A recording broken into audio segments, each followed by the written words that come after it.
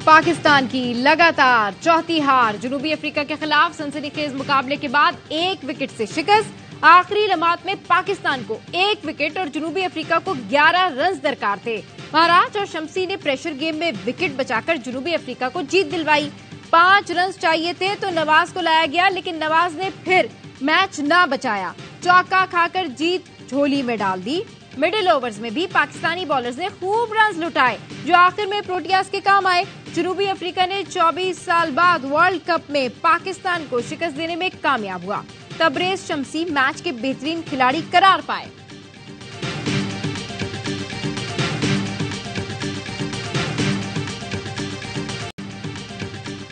पाकिस्तान आज भी फेल, बल्लेबाज भूल गए खेल। अब्दुल्ला चले ना इमाम, रिजवान इफ्तिखार भी बड़ा स्कोर करने में नाकाम। बाबर आजम ने 50 रन बनाए, लेकिन टीम के काम न आए। सऊद और शादाब की पार्टनरशिप लगी। शादाब 43 और सऊद 52 पर आउट हुए। दोनों के जाते ही बैटिंग से जान निकल गई। आखिरी 4 विकेटों पर सिर्फ 45 रन का इजाफा हुआ। पूरी टीम 50 ओवर भी न खेल पाई। हर मैच में 350 रन करने वाली टीम को सिर्फ 271 रन का हदफ थमा दिया। तबरेज शमसी ने अपनी घूमती गेंदों से बल्लेबाजों को खूब चकराया। 4 खिलाड़ियों को पेविलियन का रास्ता दिखाया।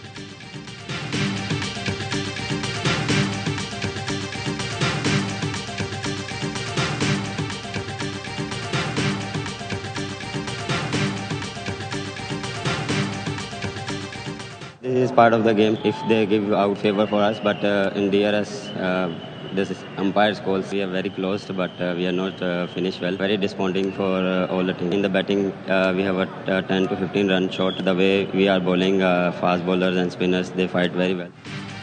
एम्पायर शमसी का आउट देता तो नतीजा कुछ और होता। DRS हमारे हाथ में नहीं।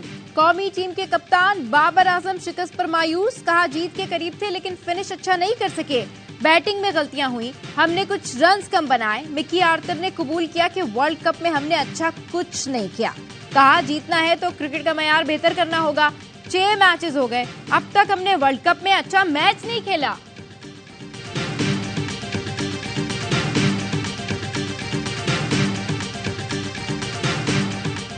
लेकिन इतना लंबा जाना नहीं चाहिए था। ये मैच तो पाकिस्तान टीम को मेरे ख्याल से, मैंने कहा ना, 15-20 रन से जीत जाना चाहिए था। लेकिन शुरू में बॉलिंग अच्छी नहीं की। एडम आकरम को सारी शॉर्ट ऑफ लेफ्ट बॉलिंग की है, लाइन पे बॉलिंग नहीं की। फिर उसके बाद स्पिनर्स का कॉन्फिडेंस बिल्कुल ही नहीं था, थ्रू आउट ही नहीं था इस पूरे वर्ल्ड कप में। फिर वही कि नवाज को बॉल करा के आपने मिस्टेक कर दी। जिस तरह T20 के लास्ट ओवर में इंडिया के अगेंस्ट आपने लास्ट ओवर कराया था और 16 रन बन गए थे, वही मिस्टेक बाबर ने यहाँ पे भी करी। ओसामा मीर आउट कर सकता था, वो आउट करने वाला बॉलर था। नवाज कंटेनर है। नवाज ने मैच जितवाया, बाबर ने गुस्सा दिखाया। नवाज को लाना ही गलती थी।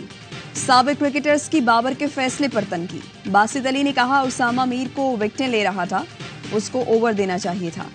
पाकिस्तान की टीम अब तकरीबन टूर्नामेंट से बाहर हो गई है। टूर्नामेंट का सबसे अच्छा मैच हुआ, लेकिन पाकिस्तान की हार पर अफसोस हुआ।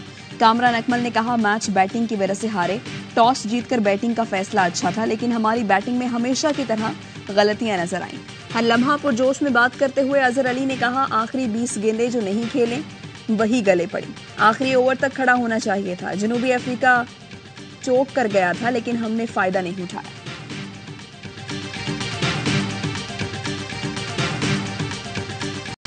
टीम नहीं है ये, सिर्फ जिम्बाब्वे और केनिया से जीतने वाली टीम है। फील्डिंग इनकी फारिक है, हर चीज इनकी बुरी हालत में है। महल्लों की क्रिकेट है ना, उस लेवल की हो गई है। सारा आपसे अपील यही है, क्रिकेटर लवर हैं, हमें डिसअपॉइंट ना करो यार। कैप्टनसी बहुत लो थी। मुसलसल शिकस्त, शायकीन की मायूसी गुस्से में तब्दील। कहते हैं इनसे अच्छी तो गली महल्ले की टीम होती है, ये सिर्फ कीनिया और जिम्बाब्वे से जीत सकते हैं। शायकीन कप्तानी को भी हार की वजह करार दिया। मुल्क में आम इंतखाबात 28 जनवरी 2024 को कराने की तजवीज़। ज़राए के मुताबिक इलेक्शन कमीशन में पोलिंग के लिए इतवार का दिन मुकर्रर करने पर मुशावरत। इंतखाबी शेड्यूल के हवाले से सुप्रीम कोर्ट को आगाह किया जाएगा। हल्काबंदियां 30 नवंबर को मुकम्मल की जाएंगी। इसके बाद इंतखाबी शेड्यूल जारी किया जाएगा। वोट के इंदराज, इखराज और कवायद की दुरुस्तगी के लिए 28 अक्टूबर आखिरी तारीख मुकर्रर। 28 अक्टूबर के बाद इंतखाबी फहरिस्तें मुंजमद हो जाएंगी।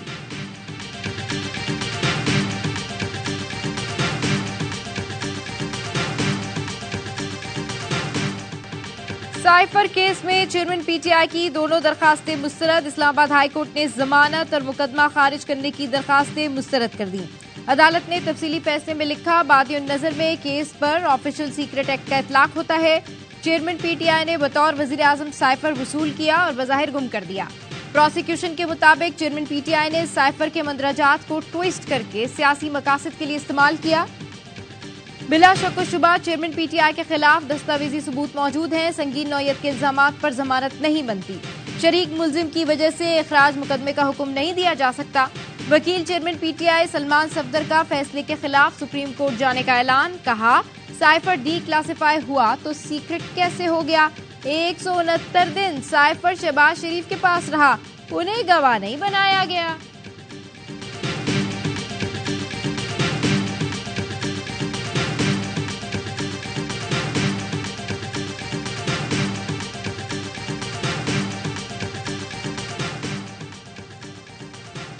नौ मई वाकयात पर रावलपिंडी पुलिस को चेयरमैन पीटीआई और शाह महमूद से अडियाला जेल में तफ्तीश की इजाजत मिल गई।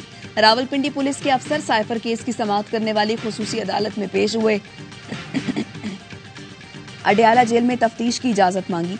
जज ने पूछा, क्या पहले चेयरमैन पीटीआई शाह महमूद कुरैशी को शामिल तफ्तीश किया गया? पुलिस अफसर ने कहा, दोनों को शामिल तफ्तीश नहीं किया। शरीक मुल्जिमान के बयानात पर शामिल तफ्तीश करना है। जज ने मुकदमात का जायजा लेने के बाद 9 मई के वाकयात पर जेल में तफ्तीश की इजाजत दे दी। गुजरांवाला पुलिस के तफ्तीशी अफसर की दरख्वास्त मुस्तरद। चेयरमैन पीटीआई से तफ्तीश की दरख्वास्त मुस्तरद। आपको यकीन ही नहीं, चेयरमैन पीटीआई वकुआ में शामिल हैं भी या नहीं? जज अबुल हसनात जुल्करनैन के रिमार्क्स।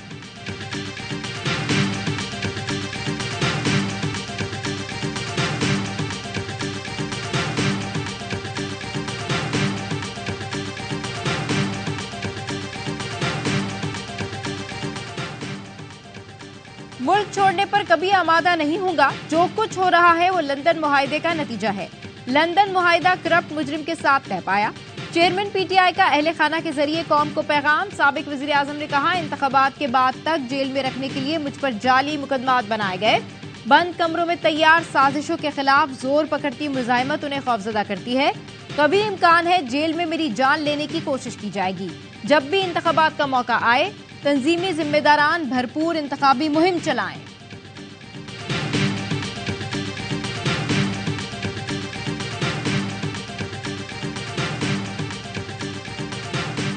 सुप्रीम जुडिशल काउंसिल ने जस्टिस मुजाहिर नकवी को शोकॉज नोटिस जारी कर दिया। जस्टिस मुजाहिर नकवी से कहा गया है, 14 दिन में शोकॉज नोटिस का जवाब दें। चीफ जस्टिस काजी फायजीसा की सरबराही में सुप्रीम जुडिशल काउंसिल के इजलास में जस्टिस मुजाहिर नकवी के खिलाफ शिकायत का जायजा लिया गया। 3 अरकान ने नोटिस के हक में वोट दिया।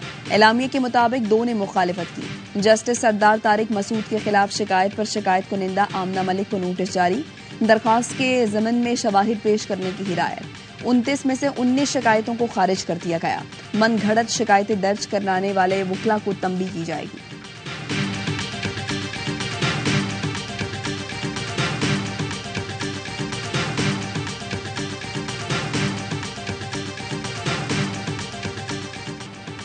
फैजाबाद धरने के हकाइक क्या हैं? हुकूमत ने कमेटी बना दी। अटॉर्नी जनरल ने सुप्रीम कोर्ट में अमल दरामद रिपोर्ट जमा कराई। रिपोर्ट में कहा गया कि वफाकी हुकूमत ने फैजाबाद धरने के जिम्मेदारों के तयन के लिए फैक्ट फाइंडिंग कमेटी बना दी है। कमेटी में एडिशनल सेक्रेटरी, दाखिला, दिफा और डायरेक्टर ISI शामिल हैं।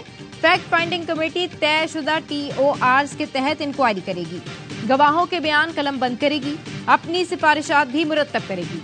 कमेटी 1 दिसंबर तक अपनी रिपोर्ट वजारत दिफा को जमा कराएगी।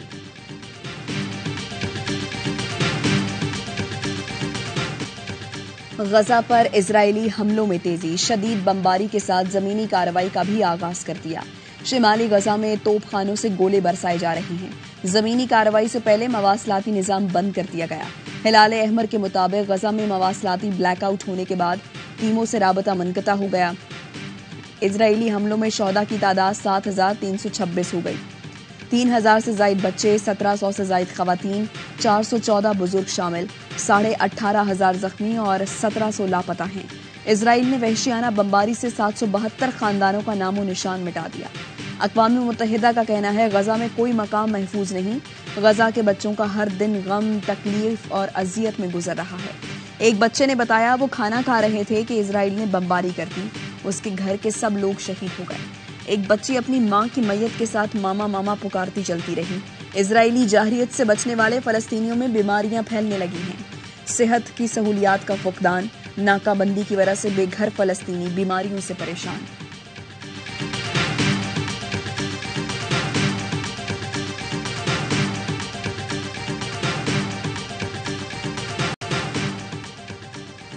इसराइल हमास मुज़ाकरात अहम मरहले में दाखिल, फजा में जंगबंदी के लिए कतर की सालसी का असर। इसराइली कैदियों के तबादले पर आमादा होगी। जंग बंदी यकीनी बनाने के लिए कतर फरीकैन से शराइत पर सख्ती से अमल दरामद का ख्वाहिशमंद, गारंटी देने के लिए हमास और इसराइली हुकाम कतर में मौजूद। इसराइल दुनिया की हमदर्दियां खोने लगा, अक़वाम मुत्तहिदा जनरल असम्बली में मेंबर मुल्कों की खामोशी ने बड़ा पैगाम दे दिया। फलस्तीनी सफीर ने अपनी तकरीर खत्म की तो मेंबरान ने तालियां बजाकर मौक़िफ़ की तायद की। इसराइली सफीर ने तकरीर खत्म की तो मुकम्मल खामोशी रही। अरब पार्लियामेंट का भी हंगामी इजलास। अरब पार्लियामान ने गजा में फलस्तीनियों की नस्लकुशी पर आलमी बरादरी की खामोशी शर्मनाक करार दे दी। स्पीकर आदिल अब्दुर्रहमान ने खिताब में कहा, आलमी बरादरी का अंधापन और इसराइल की हिमायत खित्ते में बड़ी तबाही का सबब बनेगी।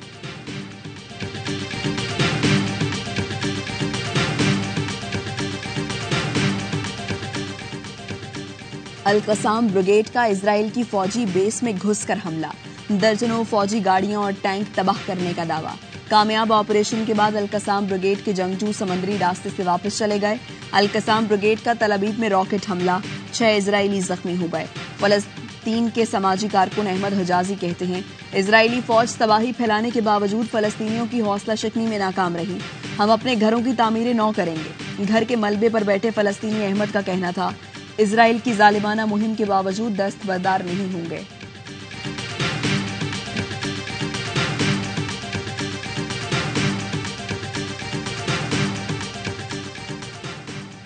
कमर जावेद बाजवा के समधी साबिर मिट्ठू के खिलाफ एफआईए ने इंक्वायरी बंद कर दी। एफआईए का कहना है, साबिर मिट्ठू मनी लॉन्ड्रिंग सर्कुलर लाहौर में पेश हुए। पेशावर माहिर टीम ने टैक्स, प्रॉपर्टी और दीगर रिकॉर्ड का जायजा लिया। दस्तावेजात दुरुस्त होने पर साबिर मिट्ठू को क्लियरेंस लेटर जारी कर दिया गया। एफआईए का कहना है, साबिर हमीद मिट्ठू पर मुखालिफिन ने बेबुनियाद इल्जामात आयद किए थे। साबिर मिट्ठू के खिलाफ कोई शवाहिद न मिलने पर इंक्वायरी बंद की गई। साबिर मिट्ठू ने 2022 तक टैक्स गोशवारों, बैंकों के तमाम गोशवारे, पाकिस्तान और बैरून मुल्क इमलाक की दस्तावेजात का रिकॉर्ड भी एफआईए को दिया।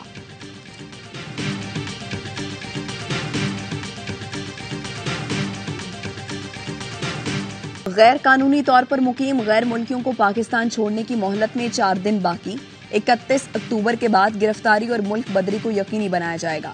निगरान वज़ीर दाखिला सरफराज बुगटी कहते हैं, गैर मुल्कियों के इनखला की मुद्दत में तौसी का कोई इम्कान नहीं।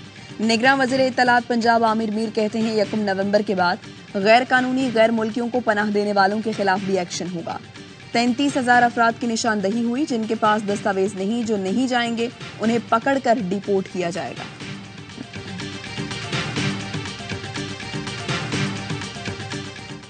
हम कराची से आए, नाजमाबाद से, और अभी हम अफगानिस्तान जा रहे हैं। हमारी पैदाइश ही वहीं पर है और हमारी शादी भी वहीं पर हुई, बच्चे भी वहीं पर हुए। बहुत अच्छे लोग थे और हम पाकिस्तान से बहुत खुश हैं। अच्छे लोग हैं, इतने टाइम में हमें कोई मसला नहीं हुआ और अभी हम अपने मर्जी से जा रहे हैं। गैर कानूनी तौर पर मुकीम गैर मुल्कियों को पाकिस्तान छोड़ने की मोहलत में 4 दिन बाकी। 31 अक्टूबर के बाद गिरफ्तारी और मुल्कबदरी को यकीनी बनाया जाएगा।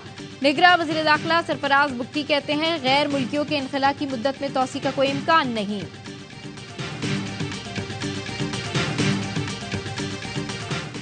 साहिवाल में बिजली चोरों के खिलाफ कार्रवाई, खवातीन ईंटें उठाकर आ गईं। ओट कॉलोनी में खवातीन का पथराव, वापडा गाड़ी के शीशे टूट गए।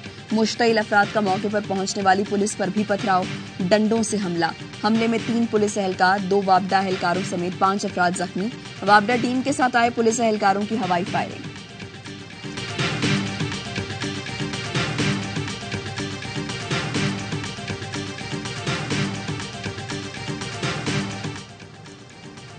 लाहौर में नामालूम अफराद ने गोलियां बरसाकर 5 अफराद को कत्ल कर दिया। मकतूलीन में 3 सगे भाई, 1 कजन और 5वां मुलाजिम था। वाकया थाना चौहन की हुदूद में पेश आया। पुलिस ने तहकीकात शुरू कर दी। ताहाल कत्ल की वजह मालूम न हो सकी। आईजी पंजाब ने मुल्जिमान की फौरी गिरफ्तारी के लिए स्पेशल टीम तश्कील देने की हिदायत कर दी।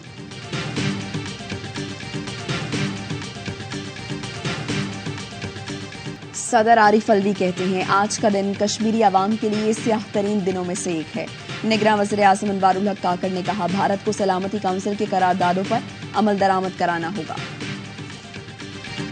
कश्मीर पर भारत के गैर कानूनी कब्जे के 76 साल। दुनिया भर में कश्मीरियों ने आज यौम स्याह मनाया। मजलूम कश्मीरियों से यकजहती के लिए इस्लामाबाद में रैली।